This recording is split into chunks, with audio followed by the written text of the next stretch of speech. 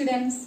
I hope you are regular in attending online classes, writing notes and exams.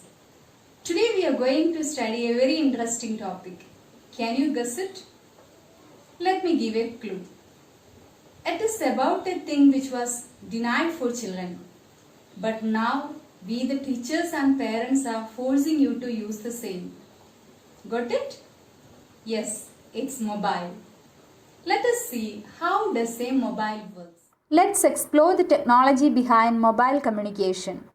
When you speak on your phone, your voice is picked up by your phone's microphone. The microphone turns your voice into a digital signal with the help of a MEMS sensor NIC. The digital signal contains your voice in the form of zeros and ones.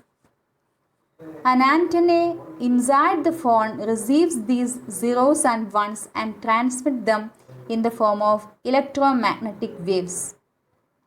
Electromagnetic waves transmit the zeros and ones by altering it.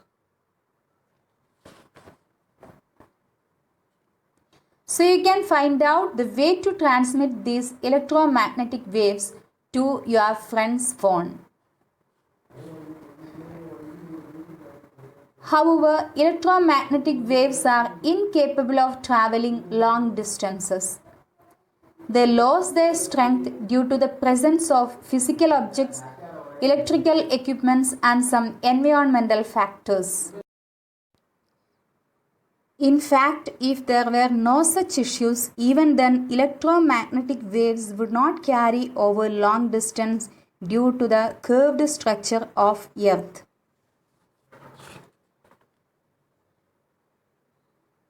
To overcome these issues, cell towers were introduced using the concept of cellular technology. In cellular technology, a geographical area is divided into hexagonal cells, with each cell having its own tower and frequency. These cell towers are connected through optical fiber cable. These cables are laid under the ground or the ocean to provide national and geographical connectivity.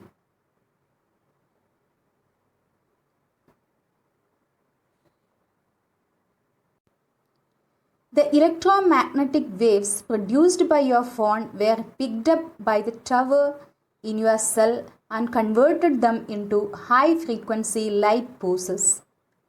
These light pulses are carried to the base transceiver located at the base of the tower for further signal processing. After processing, your voice signal is moving towards the destination tower. While receiving it, the destination tower radiates it outwards in the form of electromagnetic waves. And then your friend's phone receives the signal. This signal goes through a reverse process and your friend hears your voice. We have seen how does a mobile works. Let us talk about the functional components of a mobile system. Dear students, please write down the notes during the class time. This is the block diagram of a mobile system. A mobile system includes display subsystem, radio signal management unit, power management unit, and audio subsystem, memory, storage, camera unit, and the CPU. And the CPU includes two parts. One is communication processor, next one is application processing unit. We can see it one by one. Mobile processor. Just like a computer, the mobile processor is considered as the brain of a smartphone. And this processor receives commands, make instant calculation, play audio or video, store information, and send a signal throughout the device. And this mobile processor contains two sub-processors. One is communication processing unit, which establish the communication, and application processing unit, which help us to operate with any of the application. Communication processing unit, as we have seen, this subsystem is responsible for making and receiving phone calls on a mobile handset. And how it is possible? It has a digital signal processor and which generate the signals actually. It helps to work with RF transceiver and audio subsystem. See the block diagram once again. This radio signal management system includes a SIM. SIM is it contains a unique number of a mobile, and SIM, full form of SIM is subscriber identity module. And this radio signal management system is directly connected with the CPU, and with the help of audio subsystem it is managing the calls. And audio subsystem includes two important subparts. One is ADC, next one is DAC, that we will see in the next section. So the communication processor or communication processing unit is responsible for all the calls, receiving and incoming calls and outgoing calls. And it is directly connected with the radio signal management unit, which generate the radio signals, and the audio subsystem. Okay. Now down the notes. Radio signal management unit is responsible for connecting the SIM to the base station through radio signals, and audio subsystem is responsible for converting the voice signal to digital signal and digital signal to voice signal. It can receive voice input through inbuilt mic and can produce audio output and send it to inbuilt speaker. See, this audio subsystem includes two parts, ADC. ADC means analog to digital converter, and DAC means digital to analog converter. So, the mobile system follows only the digital signals. So, before passing this information to the mobile, whatever it is, that can be a song or a conversation or whatever it is, we have to convert the same to digital signal. For that, this subsystem helps. So, it converts analog signal or our voice signal to digital format in this unit, and when you are hearing the same, then it converts the digital signal received from the CPU to the analog signal, then through speaker it is coming out, then it is clear for a user. I think this section is clear. Communication processor is connected with this audio subsystem, which includes two parts, analog to digital converter and digital to analog converter.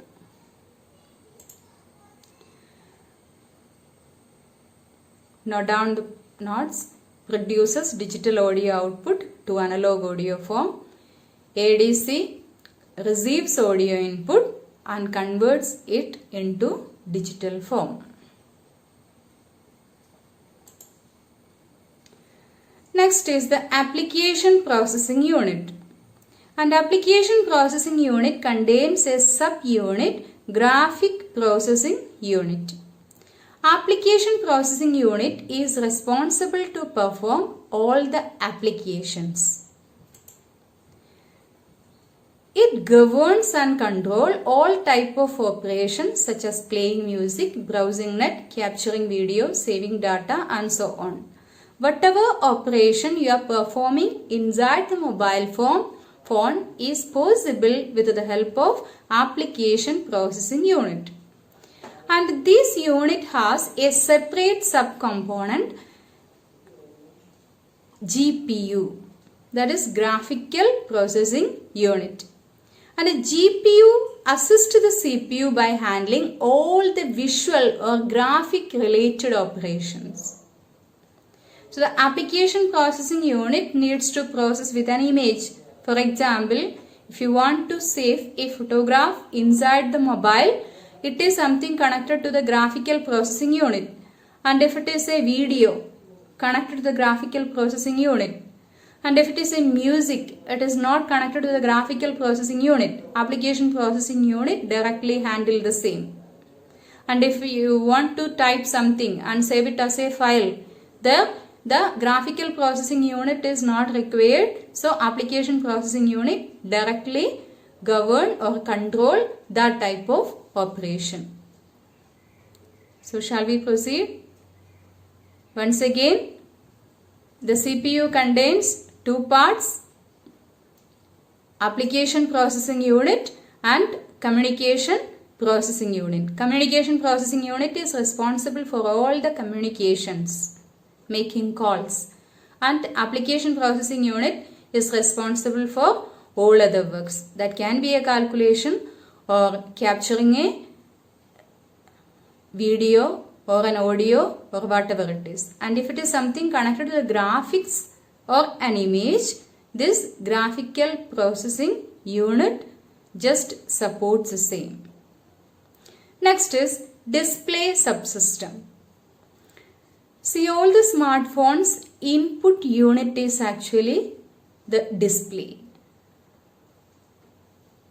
So it contains some touch sensitive interface, and the touch sensitive keyboard and touch sensitive display screens are there in a mobile. So if you want to give any input to a computer, normally we are using, or if it is a lap or computer, we are using keyboard as the input device or mouse as the input device. But in case of a smartphone, we are using the touch screen as the input device. So let me give a small assignment to you. During the next Zoom meeting, you just communicate your idea regarding the same, the technology behind the touch screen. Please note it down in your notebook. Describe the technology behind the working of a touch screen. Okay, shall we proceed? So this display subsystem is directly connected with the camera unit and the CPU.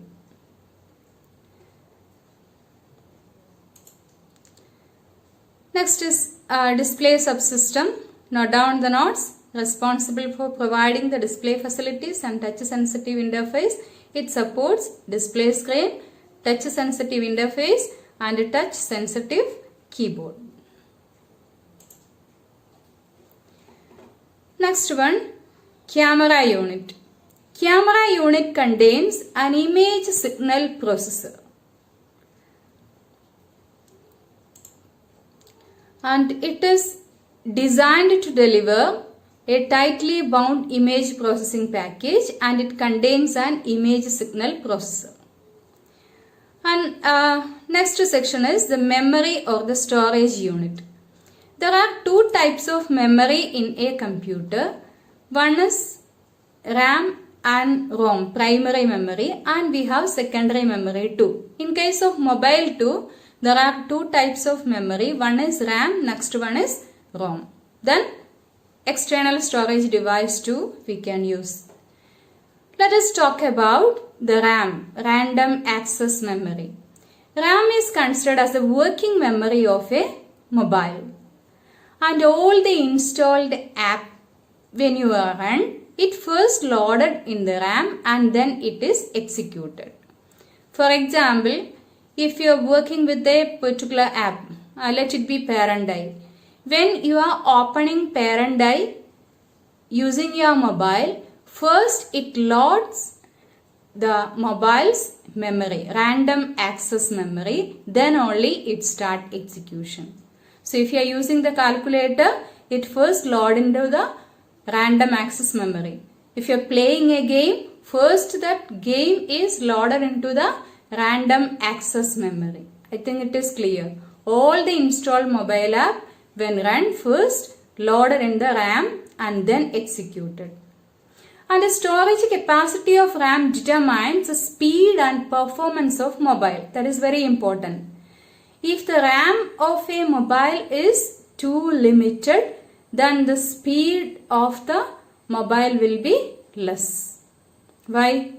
This is the reason. Because before executing any of the app or any of the program, it must be first loaded into the computer's random access memory. This is applicable while you are downloading or uploading a file. When you are downloading a file, it first loaded into your your mobile's random access memory. So if the RAM has sufficient space and size, then definitely we can download the file with limited time. And uploading case also same thing is happening. You are simply clicking an upload option. By that time it first load the data from the secondary storage device to the main memory's random access memory section. Then only it start uploading. So if the mobile's random access memory is limited, it takes more time to upload the file. Clear? Okay. Then RAM can only work when the mobile device is turned on. That is a working memory and it is a volatile memory too. So when you switch off the mobile, all the data which is stored inside the mobile may lose. Because it is the volatile memory. We are not storing anything permanently inside the RAM, but RAM is the working memory. For everything it must be loaded into the RAM, then only start to process. ROM, read-only memory. This is part of the mobile system's internal storage, and as the name indicates, we can't write anything in ROM. Not accessible for users to write on, and the ROM is basically known as EROM, electrically erasable and programmable read-only memory. Please note it down. Electrically erasable and programmable read-only memory. And operating system and some pre-installed apps resides in ROM. That is why the entire memory is not accessible to the users, because operating system and some pre-installed apps are already stored inside the ROM, which is not volatile memory, and the data will be there even if we switch off the mobile. See the next section, storage and power management section. What is the main storage of a mobile? It comes in the form of SD cards or micro SD cards. And the storage which can be removed easily by you and can be used for storing pictures, music, videos, etc. We can store any data permanently inside the mobile using the storage unit. And the cloud storage also coming under the external storage actually, because you know what cloud storage? We are storing the Google Drive is also part of the same cloud computing. That section is coming in our syllabus. By that time I will explain. And so that's all about storage. This storage means the external storage. There are two types of memory actually. External storage. Normally when you are buying a mobile, they are telling a lot of preferences. Internal memory and the storage. This internal memory means actually it is RAM, random access memory, and external memory is the storage too. Next is the power management system. Power management system is responsible for providing power to a mobile system, and through some different types of batteries are available, and it contains a battery management system that works with the battery charger and battery unit, and which provides the power to the mobile unit. That is a common thing everybody knows. We need to charge the mobile for certain hours to work with it. depends upon the capacity of the battery too. We will see everything once again. The components of a mobile system includes display subsystem with touch sensitive keyboard and display screen. And this display system is associated with the camera, which is connected with the camera unit, and the camera is the image signal processor actually, and which is directly linked with the mobile's CPU. See, the CPU is connected with all other units, camera unit, display subsystem, radio signal management and storage, then power management, then this audio system and memory too. And a mobile's CPU includes communication processor and application processing unit. And communication processor is responsible for making calls, and application processing unit is responsible for all other application connected to a mobile. And its subsystem is graphical processing unit, which is dealing with all the graphical related matters. And storage is also